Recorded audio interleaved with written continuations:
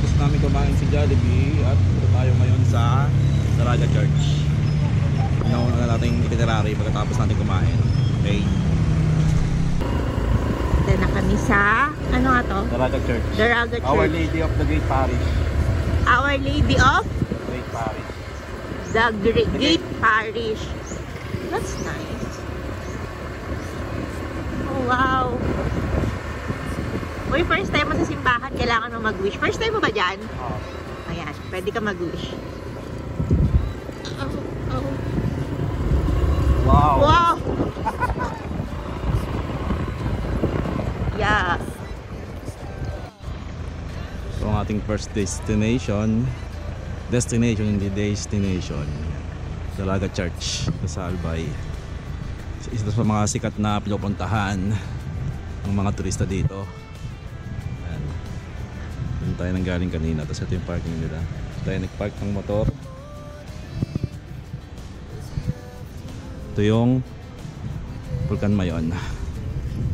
Medyo maulap siya kaya wala siyang masyadong view sa taas. Gantay tayo rin maya maya sa magpakita. Ganda no? What can you say? Sa loob, tara. Maulap pa naman eh. Kaya sa loob. Ano, alam ko ano to eh, 15th centuries to eh. 15th centuries na ano, simbahan. Bali overlooking din siya dito.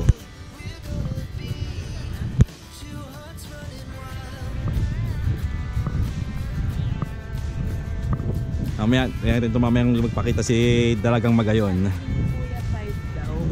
Lalabas yan. Ito. 1773 pala siya. Yan. Meron ang mga paring Franciscano nangyari sa bato. 1773. Dito lumipat ang mga nananampalataya ng Tugsawa matapos masira ang kanilang simbahan sa pagsabog ng Mayon. 1814. 1814 Inaalay sa patronato ni Nuestra Señora de la Porteria. 1854. Ginamit na Himpilan ng ng mga Hapones at nasira noong ikalawang digmaang pandaigdig 1945. Muling ipinaayos 1971 to 1973. Halimbawa ng estilong Baroque ayon sa kahusayan ng mga manggagawang Pilipino noong panahon ng mga Espanyol kulit sa Baroque. Hindi sila Baroque ng salita. Baroque. Baroque na style. Galing yun, no? 17th century. Grabe. 300, ano na yan? Halos 320 years na. May patay pala. May deads pala, kaya pala ganun tugtugan. Ah.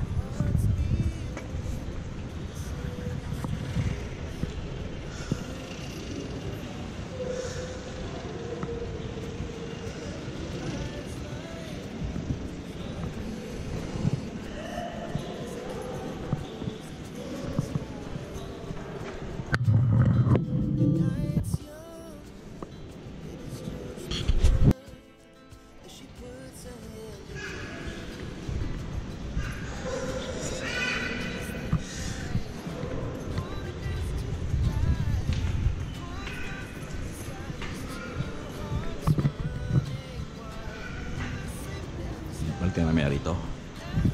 Magdadasal muna tayo sa loob.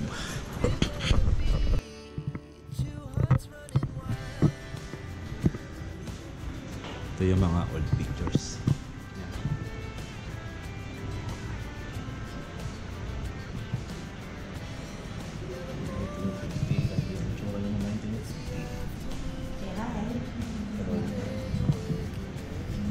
Tapos ito na yung restore. Bali ito yung latest picture niya ngayon.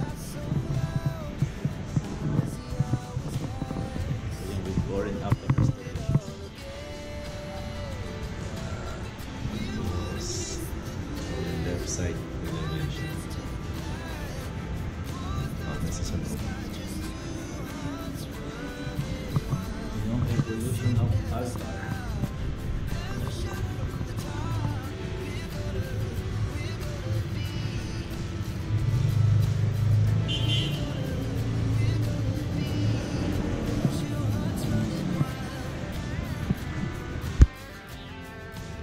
tower images. Facade images.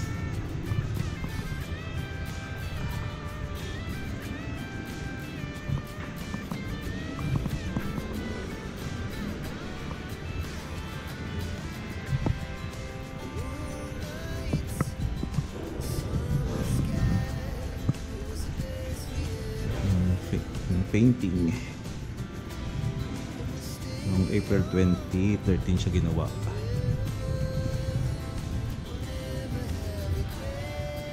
Yung maraming volcano nung sumabog siya. Gusto yung mga tao. Yung Malaga Church.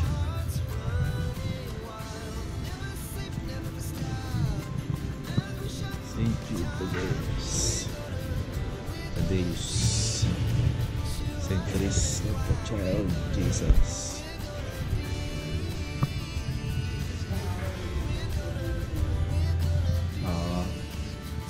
San Lorenzo de Manua. St. Padre Pio.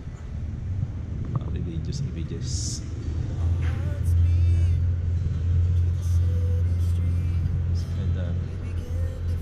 Mama Mary.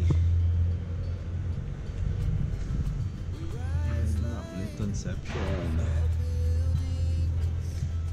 Ito Our Lady of Faith. Bali ito siya yung patron saint dito sa simbahan na to. Uy, Peña Francia of Naga.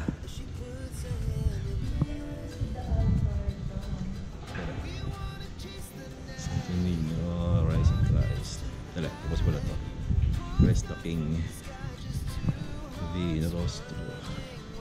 Our Lady of Salvation, Our Lady of Lourdes,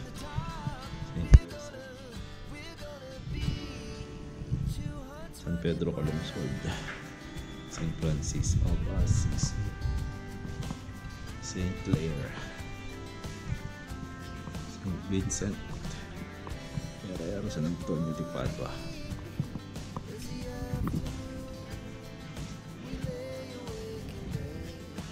Tapos may tayo sa loob ulit ng simbahan. Sa altar.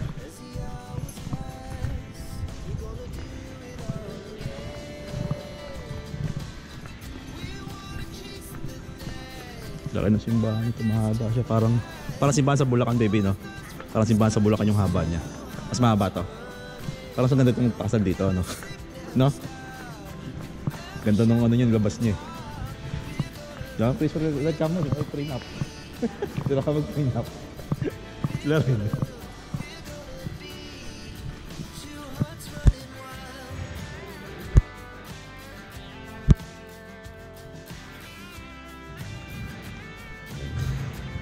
Mukhang mas mahaba nga sa simbahan ng Bulacan. Tingin nyo guys, alin na mas mahaba? Sa Bulacan o dito sa Dalaga Church? Madami na ulit yung mga market. Sila sa likod. Picture din.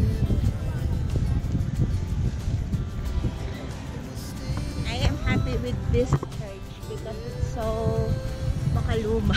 It's so makaluma. Wow.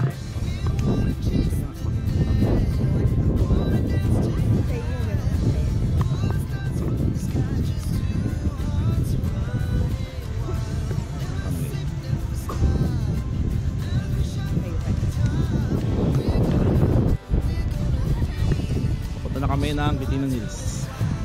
Tapos na kami dito. Lumabas na si Mayon kanina. Kaya doon makita din yan. Kita rin doon sa ano yan. Kaya nga. Ha? Mamaya pa? Sakto lang yan. Let's go. Where are we going? Bitinon Hills. Saan yan? Bitinon Hills. Bukod pa yun doon sa isa? Yun na nga yun. Iba pa yun. Bye bye Dalaga Church. The night's young, it has just begun. As she puts her hand in mine,